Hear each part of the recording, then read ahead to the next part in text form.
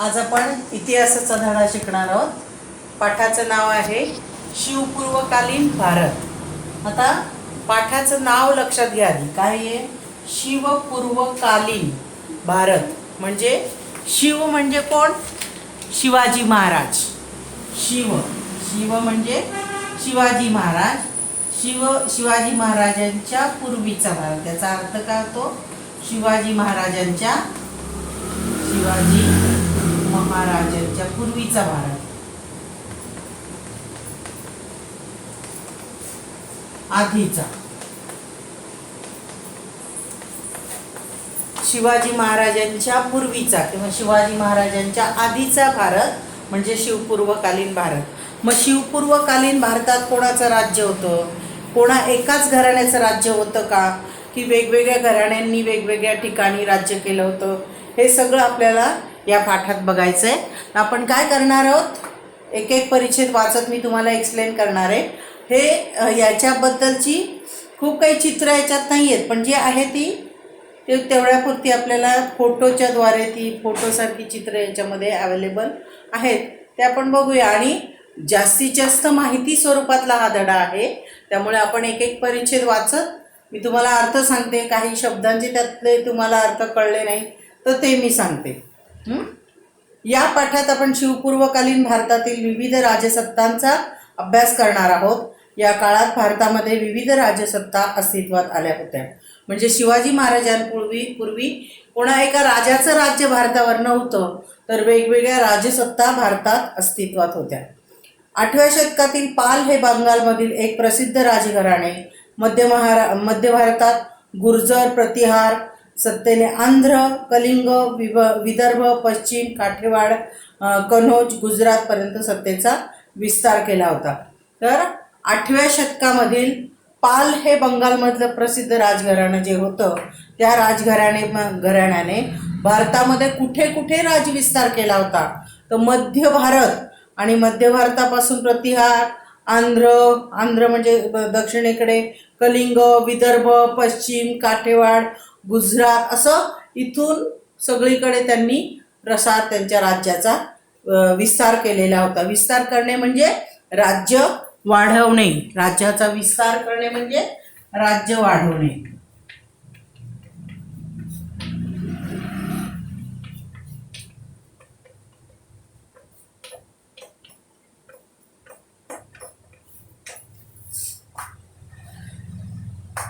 उत्तर भारतातील राजपूत घराण्यांमध्ये गढवाल घराणे, परमार घराणे ही घराणे महत्वाची होती. राजपुतांपैकी चौहान घराण्यातले पृथ्वीराज चौहान हा पराक्रमी राजा होता. तराई येथील पहिल्या युद्धात पृथ्वीराज चौहान याने मोहम्मद घोरीचा पराभव केला. मात्र तराईच्या दुसऱ्या युद्धात मोहम्मद घोरीने पृथ्वीराज चौहान यांचा पराभव केलेला होता. आता त्यांनी एकेका छोटे याच्यामध्ये प्रत्येक राजघराण्याची थोडक्यात ओळख त्यांनी दिलेली आहे. जसं पहिल्या याच्यात आपल्याला पाल घराण्याबद्दल सांगितलं, तसं इथे उत्तर भारतामध्ये राजपूत घराण्यांमध्ये कोणते कोणते घराणे झाले? राजपूत हे मेन घराणं, त्याच्यामध्ये गढवाल, परमार ही महत्वाची घराणी झाली. त्याच्यात राजपूतांपैकी पृथ्वीराज चौहान यांचं एक महत्वाचं म्हणजे इतिहास आहे, की ज्यांनी स्वतःचा इतिहास म्हणजे स्वतःचं शौर्य गाजवलं होतं. आणि पृथ्वीराज चौहानांचं तराई येथील पहिल्या युद्धात त्यांनी मोहम्मद घोरी ह्या मुस्लिम राजाचा पराभव केला होता. पण कालांतराने दुसरं तिथे युद्ध झालं, की तेव्हा मोहम्मद घोरीने पृथ्वीराजांचा पराभव केलेला होता.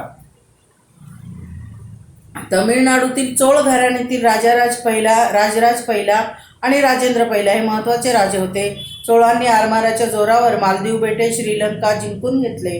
कर्नाटकातील होयसळ घराण्यातील विष्णुवर्धन या राजाने संपूर्ण कर्नाटक जिंकला होता. आता इथे चोळ घराणं आणि होयसळ घराणं, होयसळ एकत्र नाव आहे ते, हे घराणं होतं. आणि त्यांनी काय केलं? पूर्ण कर्नाटकावरती स्वतःचा कब्जा, म्हणजे भारतातलं खालचं दक्षिणेकडचं राज्य ज्याच्यावर कर्नाटकावर पूर्णपणे त्यांचा होयसळ घराण्याचा कब्जा होता. महाराष्ट्रातील राष्ट्रकूट घराण्यातील गोविंद तिसरा याच्या कारकिर्दीत राष्ट्रकूट सत्ता कनौजपासून रामेश्वरपर्यंत पसरली. पुढे कृष्ण तिसरा याने अलाहाबादपर्यंतचा प्रदेश जिंकून घेतला. आणि ज्यावेळी हे इकडे कर्नाटकडे होयसळ घराणं होतं, इकडे चव्हाण घराणं होतं, राजपूत घराणं होतं, त्यावेळी महाराष्ट्रामध्ये राष्ट्रकूट घराणं होतं. कोणतं? राष्ट्रकूट घराणं. आणि याच्यातला गोविंद तिसरा नावाचा जो राजा होता, हा राजा कसा होता? पराक्रमी होता. त्याने काय केलं? राष्ट्रकूटांची सत्ता कनौजपासून रामेश्वरपर्यंत त्याने जिंकून घेतली आणि अलाहाबादपर्यंतचा प्रदेश उत्तरेकडे अलाहाबादपर्यंतचा प्रदेश त्याने जिंकून घेतला होता. शिलाहारांची 3 घराणे पश्चिम महाराष्ट्रात उदयास आली. पहिले घराणे उत्तर कोकणात ठाणे व रायगड, दुसरे घराणे दक्षिण कोकणात, तर तिसरे घराणे कोल्हापूर, सातारा, सांगली व बेळगाव या जिल्ह्याच्या काही भागावर राज्य करत होते. आता हे तर राष्ट्रकूट घराणं हे महाराष्ट्रात राज्य करत होतंच. त्याच्या व्यतिरिक्त शिलाहारांची 3 घराणी आणखी होती. शिलाहारांची 3 घराणी आणखी महाराष्ट्रातल्या 3 भागांवरती राज्य करत होते. तर महाराष्ट्र तसं मोठं राज्य आहे. महाराष्ट्राच्या एका भागावर राष्ट्रकूट घराणं होतं, उरलेल्या 3 भागांवरती आणखी ही 3 घराणी होती. त्याच्यातलं पहिलं घराणं उत्तर कोकणात ठाणे आणि रायगड. कोकण, महाराष्ट्राची कोकण किनारपट्टी आठवा, म्हणजे तुमच्या लक्षात येईल की उत्तर कोकण म्हणजे खालच्या बाजूचा कोकण, ठाणे हा भाग जो आहे तो एकाकडे होता. दुसरं दक्षिण कोकणामध्ये उत्तर कोकण वरचा भाग, दक्षिण कोकण खालचा भाग, आणि तिसरं होतं कोल्हापूर, सातारा, सांगली हे जे काही आहेत, बेळगाव, कोल्हापूर, सातारा, सांगली महाराष्ट्राचा खालचा भाग, त्या भागामध्ये हे घराणे राज्य करत होते. समजतंय? तुम्ही पण पुस्तक घेऊन हे नीट वाचायचं आहे. जेव्हा तुम्ही माझी हे व्हिडिओ बघा, त्यानंतर तुम्ही स्वतः पुस्तक काढा आणि वाचा, म्हणजे तुम्हाला मी काय बोलते हे तुम्हाला त्याच्यातून कळेल. किंवा सायमल्टेनियसली ते केलं, एकदा व्हिडिओ बघून झाल्यानंतर व्हिडिओ चालू ठेवायचा आणि हे वाचायचं, व्हिडिओ चालू ठेवायचा आणि हे वाचायचं. असं केलं तरी तुमच्या ते लक्षात येईल की मी काय बोलते. शिवपूर्वकालीन शेवटची वैभवशाली राजवट म्हणजे महाराष्ट्रातील यादवांची राजवट. यादव घराण्यातील भिल्लम पाचवा याची राजधानी औरंगाबाद जवळील देवगिरी येथे होती. त्याने कृष्णा नदीच्या पलीकडे राज्यविस्तार केला. आता शिवपूर्वकालीन वैभवशाली राजघराणे, वैभवशाली म्हणजे काय? श्रीमंत, वैभवशाली.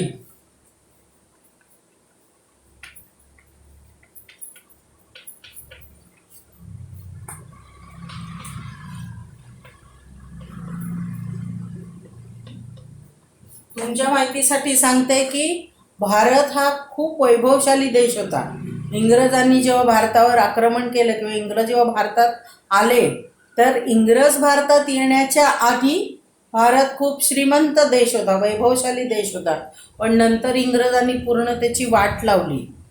आलं लक्षात? तसं हे शिवपूर्वकालीन महाराष्ट्रसुद्धा वैभवशाली होता. तर वैभवशाली याच्यावरती महाराष्ट्रावर यादवांची राजवट होती. आणि यादव घराण्यातला 5वा राजा भिल्लम पाचवा, त्याचं नावच होतं भिल्लम पाचवा, त्याची राजधानी औरंगाबाद जवळील देवगिरी येथे होती आणि त्याने कृष्णा नदीच्या पलीकडे राज्यविस्तार केला. आता राज्यविस्तार केला म्हणजे काय करत असतील? अंदाज येतोय तुम्हाला? आपल्या राज्याचा विस्तार करायचा म्हणजे काय करायचंय?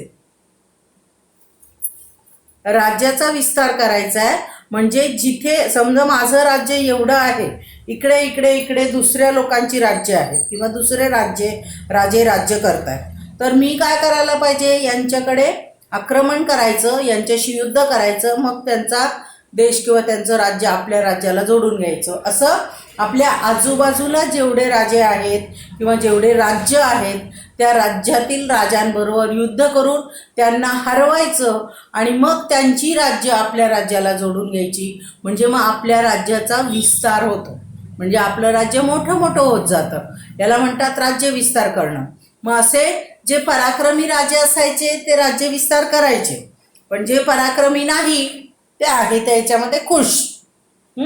यादवांचा काळ हा मराठी भाषा आणि साहित्य यांचा सुवर्ण काळच मानला जातो. याच काळात महाराष्ट्रात महानुभाव आणि वारकरी संप्रदायाचा उदय झाला. आता यात त्याच्यात त्यांनी सांगितलेलं आहे की महानुभाव पंथ आणि वारकरी संप्रदाय यांचा उदय महाराष्ट्रामध्ये झाला, पण तो कधी झाला तर यादवांच्या काळामध्ये झाला. आता तुम्हाला वारकरी संप्रदाय किंवा महानुभाव पंथ हे माहिती आहे का? महानुभाव पंथ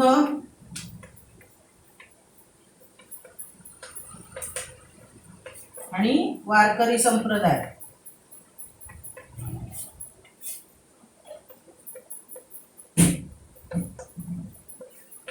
हे म्हणजे कोण? तर महानुभाव पंथांचं श्रीकृष्णाचे भक्त, महानुभाव पंथीय लोक जे असतात ते श्रीकृष्णाचे भक्त असतात. तर वारकरी पंथाचे जे लोक असतात ते पांडुरंगाचे भक्त असतात. एवढं जरी तुम्ही लक्षात ठेवलं तरी तुमच्या लक्षात येईल काय ते. तर त्या संप्रदायांचा उदय यादवांच्या काळामध्ये झालेला. वायव्येकडील आक्रमण. महाराष्ट्रात राष्ट्रकूट. आता ही वायव्येकडील आक्रमण म्हणजे कोणते वायव्येकडील आक्रमण? तर भारताच्या वायव्येकडील, भारत दक्षिण पूर्व, पूर्व पश्चिम उत्तर दक्षिण. तर ही दिशा जी पाकिस्तानकडची ईशान्य म्हणजे ईशान्य, आग्नेय, नैऋत्य, वायव्य. ही वायव्य दिशा. या वायव्य दिशेकडनं काय झालेलं आहे की तुम्हाला नीट लक्षात येईल की भारताच्या खालच्या भागातून काय आहे? समुद्र आहे. त्यामुळं खालून लगेच आक्रमण होणं शक्य नाही. पण वरच्या म्हणजे उत्तरेकडच्या भागामध्ये जर बघितलं आपण तर उत्तरेकडे सलग जमिनीचा भाग आहे. त्यामुळे आक्रमण झालं तर जे पटकन आक्रमणं जे होऊ शकतात ते उत्तरेकडनं होऊ शकतात, उत्तरेच्या जमिनीकडच्या भागाकडनं. कारण समुद्राकडनं येणं शत्रू सैन्य येणं थोडं अवघड आहे. येणार नाही असं नाही, पण थोडं अवघड आहे. त्यामुळे वरच्या भागातून आक्रमण होणं सहज शक्य आहे. तर वायव्येकडनं आक्रमण होणं म्हणजे वायव्येकडूनच भारताशी व्यापाराचे संबंध पण जोडले गेलेले होते, वायव्येकडनंच आक्रमणं पण झाले होते. तर ही वायव्येकडची आक्रमणं भारतात कशी झाली ते आपण बघूया. महाराष्ट्रात राष्ट्रकूट, यादव अशा स्थानिक घराण्यांची सत्ता असली तरी उत्तरेत मात्र वायव्येकडून आलेल्या आक्रमकांनी तेथील स्थानिक सत्तांना जिंकून आपला अंमल बसवला होता. म्हणजे मी तुम्हाला जे म्हटलं ना की वायव्येकडून आक्रमण झाले. आता बाकी सगळीकडे स्थानिक सत्तांचे राज्य होते, म्हणजे तिथले राजे होते जे की भारतामधलेच होते, भारतामध्येच जन्माला आलेले आणि भारतामध्येच लहानाचे मोठे झालेले ते राज्य आपले भारतामध्ये वेगवेगळ्या भागावर राज्य करत होते. तसेच उत्तरेकडच्या भागामध्ये सुद्धा तसेच राजे राज्य करत होते.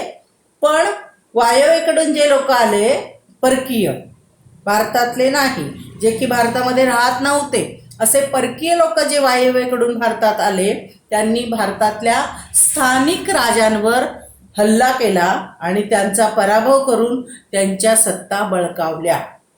काय केलं? बाहेरच्या परकीय राज्य सत्तांनी भारतातल्या राज्यांवरती हल्ला केला आणि तेथील स्थानिक राजांना हरवलं आणि मग त्यांच्या सत्ता बळकावल्या आणि तिथे स्वतःचा अंमल स्थापन केला म्हणजेच स्वतःचं राज्य स्थापन केलं.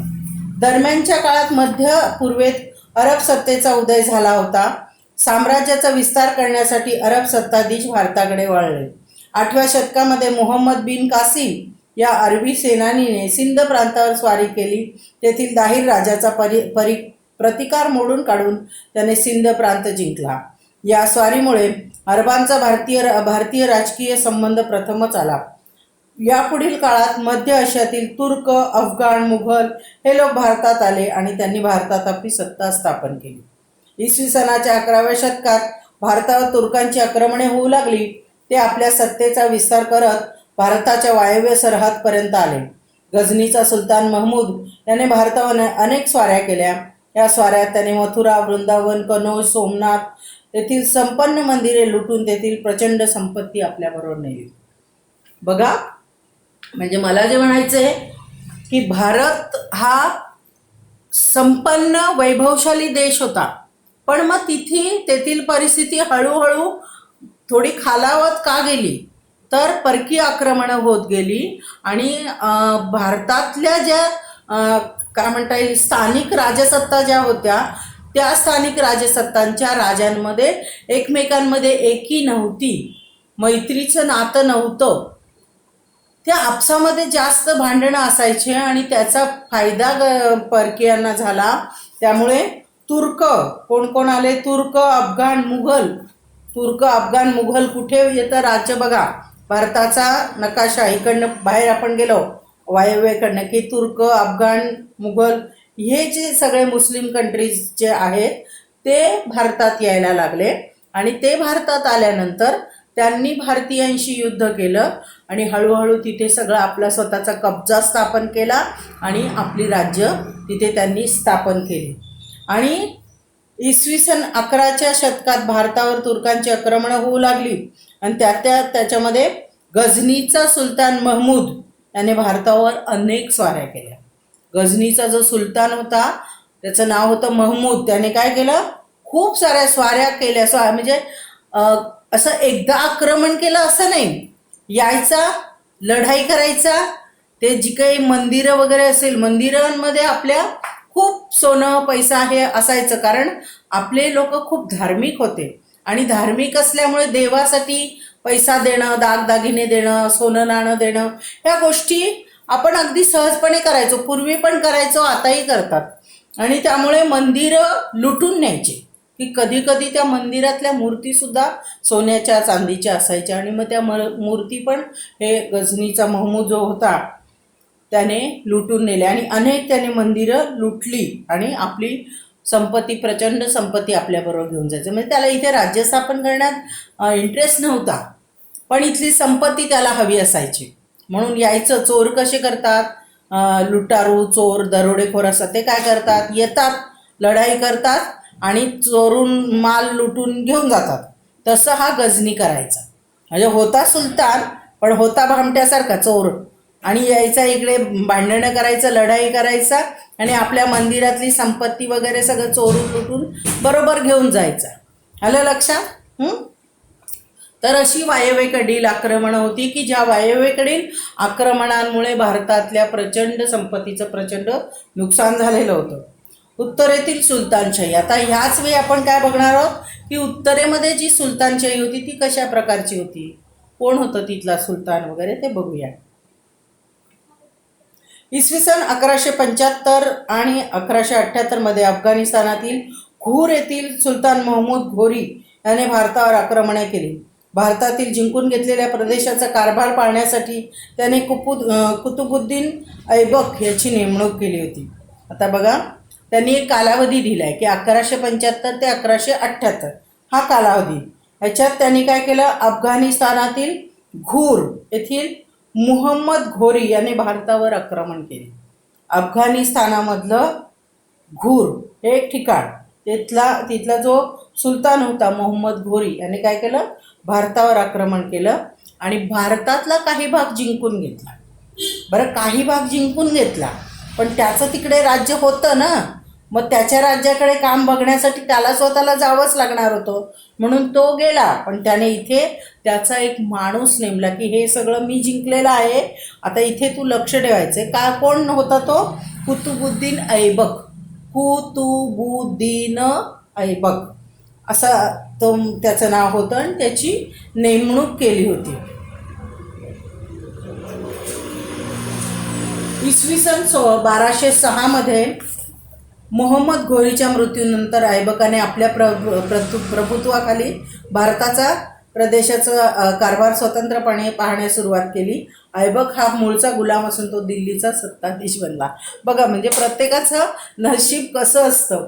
तर हा कुतुबुद्दीन त्या याचा घोरीचा माणूस होता, बरोबर, घोरीचा गुलाम होता आणि त्याने भारतातल्या जिंकलेल्या राज्यावरती लक्ष ठेवण्यासाठी या ऐबकची नेमणूक केलेली होती. पण पुढे पुढे काय झालं, 1206 मध्ये मोहम्मद घोरी मेला. मग तो मेल्यानंतर हा ऐबकवर लक्ष ठेवायला कोणी होतं का? नाही, कारण तो मेन जो माणूस होता तो गेला. आणि म्हणून मग या ऐबकने काय केलं की हा भारतातला जो भारतातलं जी जिंकलेलं राज्य आहे ते स्वतःच्या ताब्यात घेतलं आणि तिथे स्वतःच्या पद्धतीने तो राज्यकारभार बघायला त्याने सुरुवात केली. आणि जो एक गुलाम होता तो सत्ताधीश बनला. बघा, गुलाम होता तो सत्ताधीश बनला. आणि मग 1210 मध्ये त्याचा मृत्यू झाला. आणि त्याने 1206 पासून 1210 पर्यंत 3-4 वर्ष काम केलं आणि नंतर त्याचा मृत्यू झाला.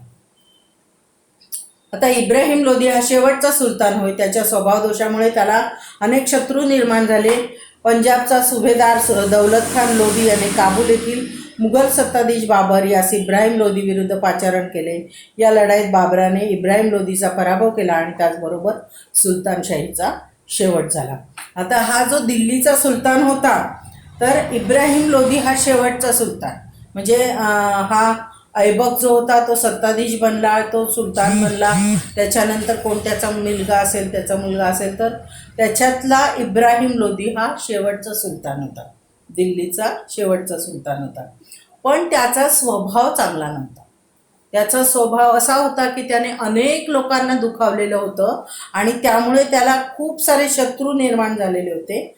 आणि पंजाबचा सुभेदार दौलत खान लोदी याने काबूल येथे मुघल सत्ताधीश बाबर यास इब्राहिम लोदी विरुद्ध पाचारण केले आणि लढाईत बाबरने इब्राहिम लोदीचा पराभव केला. त्याचबरोबर सुलतानशाहीचा शेवट झाला. आता हे एका शत्रुत्वामुळेच झालं. जर त्याने त्याच्याशी शत्रुत्व केलं नसतं, म्हणजे इब्राहिम लोदीचा स्वभाव वाईट होता त्यामुळेच तर पंजाबचा सुभेदार दौलत खान लोदी याने दुसऱ्याला बोलवलं की स्वतःला जमत नाही ना, तर दुसऱ्याला बोलवलं, याच्याशी लढाई करा आणि याला ठार मारा किंवा याला संपवा, असं त्याने केलं. आणि मग त्याचा शेवट झाला आणि सुलतानशाही संपली. इथपर्यंत कळलंय? आता विजयनगरचं राज्य. दिल्लीचा सुलतान मोहम्मद तुघलक याच्या कारकिर्दीत दिल्लीच्या मध्यवर्ती सत्तेविरुद्ध दक्षिणेमध्ये उठाव झाले. त्यातून विजयनगर व बहमनी हे 2 प्रबळ राज्य उदयास आले.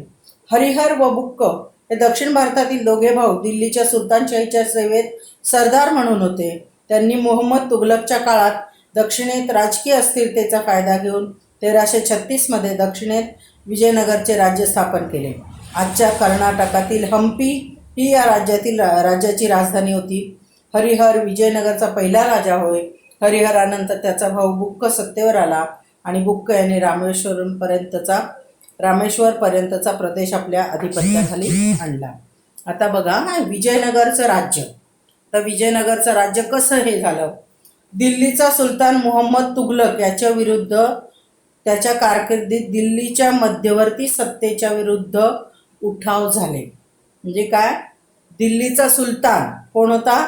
मोहम्मद तुघलक याच्या कारकिर्दीत. म्हणजे काय? कारकिर्द म्हणजे काय? कार्याचा कालावधी.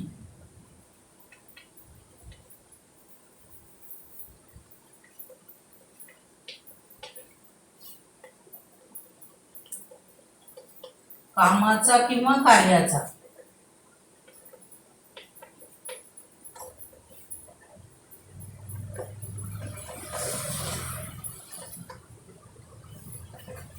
कामाचा किंवा कार्याचा कालावधी. तर मोहम्मद तुघलक याच्या कारकिर्दीमध्ये, म्हणजे जेव्हा तो मोहम्मद तुघलक हा सुलतान होता त्या दरम्यान काय झालं? दिल्लीच्या मध्यवर्ती सत्तेविरुद्ध दक्षिणेमध्ये, दिल्ली कुठे आहे? भारताचा नकाशा आठवतोय? वरती दिल्ली आहे, दक्षिण भाग खाली. दक्षिणेमध्ये त्यांच्या विरुद्ध उठाव झाले. आणि या लोकांना त्यांचं वागणं आवडत नसेल किंवा यांना तिथे कब्जा करायचा असेल काहीही, तर त्यातून ते जे काही उठाव झाले म्हणजे काय? त्या सत्तेच्या विरुद्ध युद्ध करण्याची परिस्थिती निर्माण झाली. आणि त्यातून विजयनगर आणि बहमनी ही 2 प्रबळ राज्य उदयास आले आणि त्याच्यातून जे युद्ध झालं त्याच्यातून 2 राज्य निर्माण झाली. एक विजयनगर आणि बहमनी ही 2 राज्य निर्माण झाली. आता हरिहर आणि बुक्क हे दक्षिण भारतातील दोघं भाऊ. याच्यामध्ये काय झालं बघा की दक्षिण भारतातलं जे 2 जण होते हरिहर आणि बुक्क हे दक्षिण भारतातले 2 भाऊ दिल्लीच्या सुलतानशाहीत सेवेत सरदार म्हणून होते. दक्षिण भारतातले 2 भाऊ दिल्लीच्या सुलतानशाहीमध्ये सरदार म्हणून काम करत होते. पण पुढे काय झालं त्यांनी मोहम्मद तुघलकच्या काळात दक्षिणेत राजकीय अस्थिरतेचा फायदा घेऊन दक्षिणेत विजयनगरचे राज्य स्थापन केले.